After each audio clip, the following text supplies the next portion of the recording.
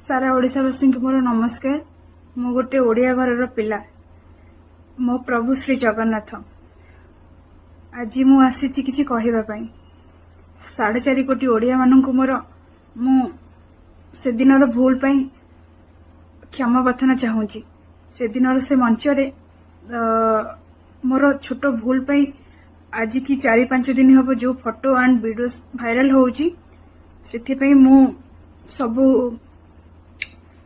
मोर दर्शक मानक मु हाथ जोड़ी क्षमा चाहूची। आपण माने पाखक जमती जाऊथली आगु मध्य सेमती मु जिबी आगु जमती प्रोग्राम करूथली एबे मध्य मु सेमती प्रोग्राम करिबी। एमती भूल आउ नेक्स्ट टाइम हबनी। जय जगन्नाथ, नमस्कार।